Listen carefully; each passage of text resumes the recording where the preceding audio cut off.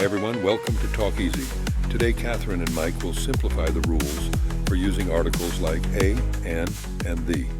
Learn when to use them with nouns, places, and proper names. Let's get started. All right, get ready because today we're going to really dig into articles. Oh, articles. Articles, those little words. A-N on the... The and, yeah, Right. that can really trip you up in English. Mm-hmm. And, you know, we've got a couple episodes of Grammar Hacks Yeah. from you guys about articles. Okay. And it really got me thinking, like, articles seem so easy, Right. but even native speakers sometimes get messed up with them. They do. It's true. Why is that? It is interesting, isn't it? Yeah. They're such small words. They really are. But they can really change the meaning of what you're trying to say. And even native speakers, I think we just develop habits that aren't quite right. Yeah, so let's unpack that a little bit Okay. in this deep dive. Right. We're going to go beyond the basic rules. All right. Okay. Sounds good. Like A before a consonant, on before a vowel. Let's get into some of the nuances that can really make your English sound more natural. Yeah. Now, More sophisticated. to get started, remind me, what are the two main types of articles again? Okay. Well, we have what are called the indefinite articles, Okay. which are a and n, and they introduce something new or non-specific. Right. And then we have the definite article, which is the. And that points to something specific, something that we already have in mind. Okay, so like a cat could be any cat, Right.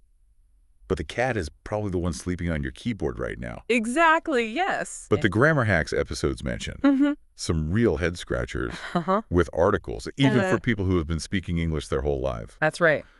You know, Yeah, they brought up a good point what was it? about the choice between a and n not being as straightforward as it seems. Right. Because it's not just about the letter that a word starts with. Yeah. It's about the sound. The sound. Yeah. Oh, that's right. Uh-huh. They gave the example of an hour, Yeah, an hour. even though hour starts with an H. Starts with an H. Yeah. But it's that silent H, right? It's a silent H, right. That's leading with a vowel sound. Yes. It's tricky. I remember struggling with that one for a while Uh-huh. when I was learning English. Yeah, it's a common pitfall, and it Yeah. really just highlights how articles are all about the spoken language. Oh, interesting. But there are even trickier cases. Oh, Like when we have that Y sound, like in university, okay. it sounds like it starts with a vowel, but we use A, not N. A university. A university. Interesting. So yeah, it can get a little complex. So we're already seeing how it can get a little tricky. Yeah. But before we go down that rabbit hole, Okay. I think it's worth pausing and just asking, like, why do articles even exist? That's a good question. What Yeah. what role do they really play in communication? Articles are more than just grammatical markers. No. They act as signposts that guide the listener or the reader towards a shared understanding. Okay. They really add a layer of precision to our language, and they help us to distinguish between the general and the specific. So it's not just about following rules, it's about Right. conveying meaning, effectively. Yeah, it's like conveying meaning. That makes a lot of sense. Yeah. And speaking of meaning, Yeah. I'm curious about something that the Grammar Hacks folks touched on. The idea that sometimes articles can be omitted altogether. Oh, yeah. That seems It does, doesn't it? counterintuitive. It does seem counterintuitive at Definitely. first, but it's actually really important for natural-sounding English. Okay. So, for example, when we're making general statements, especially about abstract ideas or with uncountable nouns, Right. we often just drop the articles. Like life is full of surprises. Exactly. Not the life is full of the surprises. Yes, exactly. Yeah, it sounds much more natural Yes. without all Yeah. those articles in there. Uh-huh. But Yeah. how do we know when to drop them That's a good question. and when to keep them? That's where things get really nuanced. Mm-hmm. And honestly, it's something that native speakers just do instinctively a lot of the time without even thinking about the rules. Right, right. But one key principle, I think, is to think about whether you're referring to a specific instance of something or the concept as a whole. Ooh, okay. Yeah. So if I'm talking about love in general, Yes. I wouldn't use an article. Right. But if I'm talking about the love that I feel for my cat, Exactly. I would use the. Yes, because it's a specific love Because it's a specific instance of love. Exactly. Okay. That makes sense. Yeah. So Yeah. you're talking about like love is a beautiful thing. Right. But the love that I have for my cat is immeasurable. Yeah. It's like they're adding layers of meaning. They are. It's very subtle. Yeah. That we might not even be aware of consciously. That's so interesting. Yeah. This is really making me rethink how I use articles. Yeah. But before we get too deep into the weeds, Okay. let's come back to those grammar hacks episodes. Yeah. What were some of the other points that they made about the? Well, one thing that stood out to me was their discussion of how the isn't just about something being specific. It's also about shared knowledge between the speaker and the listener. Okay. So, for instance, you could say, pass the salt. Yeah. Even if there are multiple salt shakers on the table. Right. Right. Yeah, because you both understand which one you mean. It's like from the context. we're creating a shared mental picture. Yes. That's really cool. It is, isn't it? Yeah. And this idea of shared knowledge extends to situations where we use the with things that are unique, like the sun. The sun, the moon. The moon, yeah. Yeah, we all know which one we're talking about. So the just helps us pinpoint it. Exactly, yeah, pinpoint it. That's neat. Yeah, it is interesting. So the thigh can be about specificity. Yes. Shared knowledge. Shared knowledge. And even highlighting something's uniqueness. That's right. It's doing a lot. It is. For such a small word. It is. It's a busy little word. It really is. It is. Wow. And that's just scratching the surface. I'm already feeling like there's a whole world that's opening up to me. Yeah. All right, now, before we get to the more complex uses of articles, let's go back to that basic concept of countable versus uncountable nouns. I remember the Grammar Hacks episodes talking about this. Yes, they touched on it. And how it impacts article use. Yeah, it's really important because whether a noun is countable or uncountable directly affects which articles we can use with it. Right. And that's one of those things that can really trip people up. Right. Especially if their native language doesn't make this distinction. Yeah, so just to refresh our memories, what are countable and uncountable nouns? Yeah. Okay, so countable nouns are things that we can count, like apples, books, chairs. We can have 1, 2, 3, or more of them. Right. And with countable nouns, we can use both a or an with singular forms. And the with both singular and plural forms. Right. Uncountable nouns are a different beast altogether. Right. They're those tricky things that we can't count. Yes, in individual units. Individual units? Yeah. Like water, advice. Happiness, yeah. Yeah, those kind of things. It was kind of a mind bender for me. When I was first learning English. It's one of the more subtle aspects of English grammar. But the key here is that with uncountable nouns, we can't use a or an at all. Because we're not talking about individual units. Right. And while we can use the with uncountable nouns, it has to refer to a specific amount or instance of that uncountable noun. So, for example, I could say, I need some water, but not I need a water. Right. And I could say, the water in this glass is cold. Right. Because I'm referring to a specific amount of water. Okay. So you could say, I need advice. Yes. But not, I need an advice. Exactly. And you could say, the advice that she gave me was really helpful. Exactly. Because you're talking about specific advice. Yeah.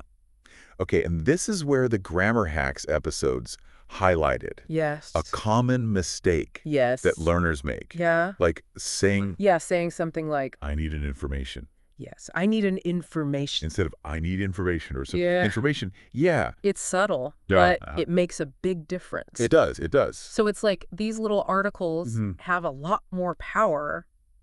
They do. Than we realize. Yeah. Yeah. It's all about the nuance. They can change the meaning of a sentence. Yeah. In a subtle but significant way. Yeah, they really can. And it can be difficult, I think, for learners to wrap their heads around. Yeah. But it's really important. Okay, so we've covered the basics of a versus an. Right. The different roles of the impact of countable versus uncountable nouns. I feel like I've learned a lot already. Great. But I know there's so much more to explore. In the world of articles. There is, yeah. We're just getting started. The Grammar Hacks episodes only scratched the surface. They did. We haven't even talked about No, how articles function Right. with proper nouns, Proper nouns. geographical locations, Geographical locations, yeah. or in those crazy idiomatic expressions. Oh, yeah, that's a whole other Ooh, I'm definitely intrigued. can of worms. Yeah. Yeah.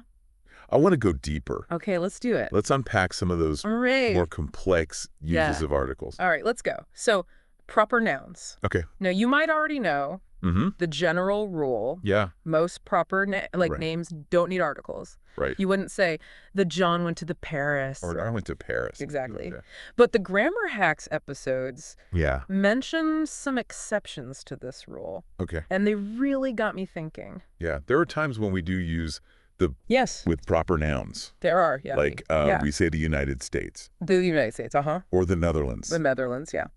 but not the France Not the France. or the Germany. Or the Germany. It's almost like there's some Yeah, it's almost like a hidden logic there hidden logic, yeah. that I'm not quite getting. Well, I think about, for instance, the United States, Okay. it's plural, implying a collection of states Okay. united under one name. Right.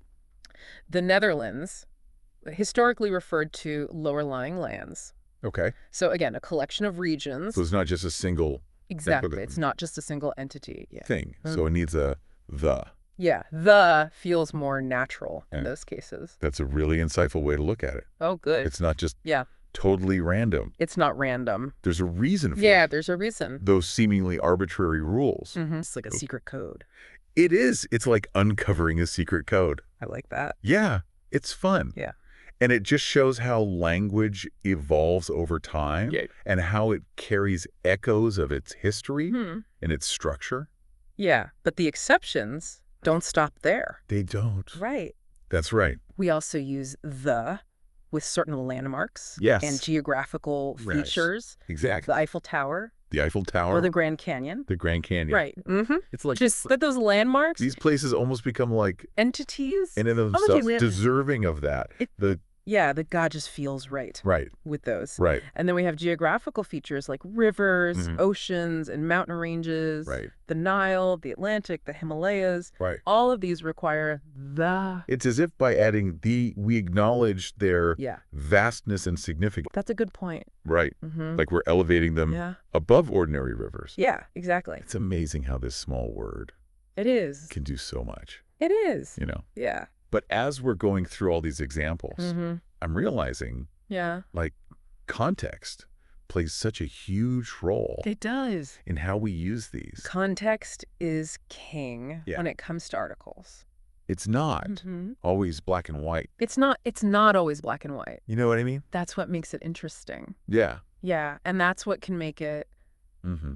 challenging. A little bit hard for English learners. Yeah, that's true. You know, the Grammar Hacks episodes talked about Mm-hmm. how sometimes context can even lead us to break Yeah. some of these seemingly hard and fast rules. Yes, exactly. Like sometimes we drop the, even when talking about something specific. That's right. Think about phrases like Okay. go to school Mm, or be in hospital. Right. In these cases, we often just omit the. Yeah. Even though we're talking about a specific. Yeah. It's under school or hospital. Yeah. Yeah. It's just understood. so it's almost like there are these Yeah. unspoken rules within different situations. There are.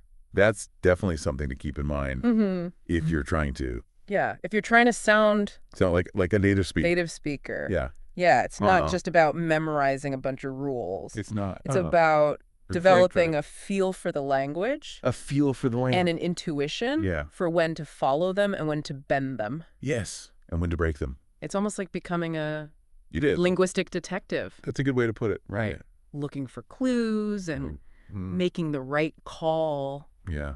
Using your judgment. Yeah. Yeah. Mhm. But, you know, Hmm. all these contextual variations, Yeah. do they ever lead to confusion? Even for native speakers. They do. Grammar Hacks mentioned that. They did. They had a whole segment on it. Oh, tell me more. They talked about situations where Okay. even native speakers Yeah. will debate Uh-huh. what the correct article choice is. Oh, really? Yeah, it's not always as clear-cut Yeah. as we might think. What kind of situations? So one example they gave was talking about musical instruments. Okay. So do you say play piano Mm, or play the piano? I say play the piano.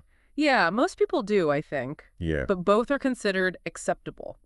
Oh, really? And the choice can sometimes be influenced by, regional variations or even personal preference. Oh, so it's not always about right or wrong. It's not. Sometimes it's just about Sometimes it's understanding the nuances. just different ways of saying it. Exactly, and understanding the variations within the language. That's so interesting. Yeah, and I think it's one of the beautiful things about language.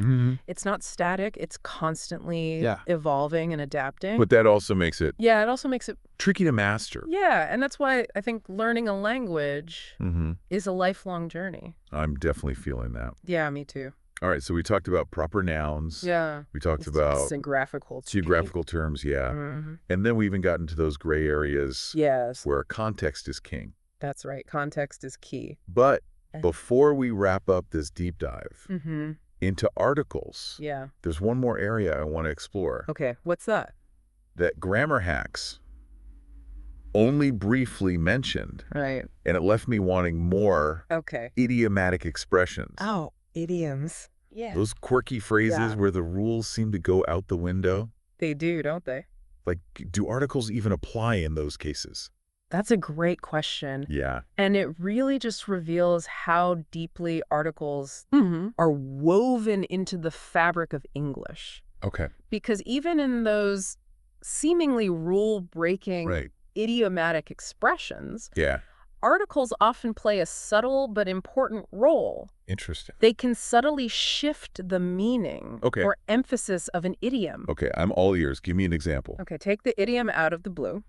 Okay. We use the here to create a sense of something specific and unexpected. Right. So it's not just out of blue, it's out of the blue, highlighting the suddenness. Oh, that's a good point. And the surprise. It adds a layer of emphasis. It does, doesn't it? Yeah. It makes it more concrete. Like the blue. The blue, yeah, exactly. It's a specific blue. And that makes the surprise more dramatic. Dramatic, right? Yeah. And even the choice of article can change the meaning of an idiom. Consider in a bind versus in the bind. In a bind. Yeah. In the bind. In a bind implies a general state of difficulty, while in the bind suggests a specific, often troublesome situation. Oh, wow. So just changing the article.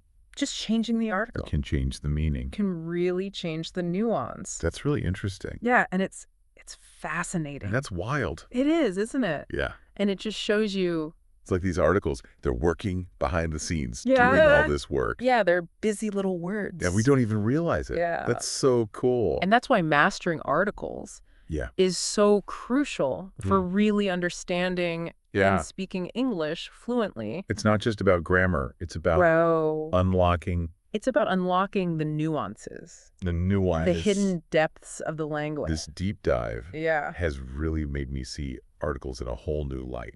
That's great. I used to think they were just like, oh, these little grammatical annoyances. Yeah. But now I'm like, oh, they're like... Yeah, they're essential... key ingredients. Yeah, they're like spices. In the recipe. That add flavor to the dish. A fluency.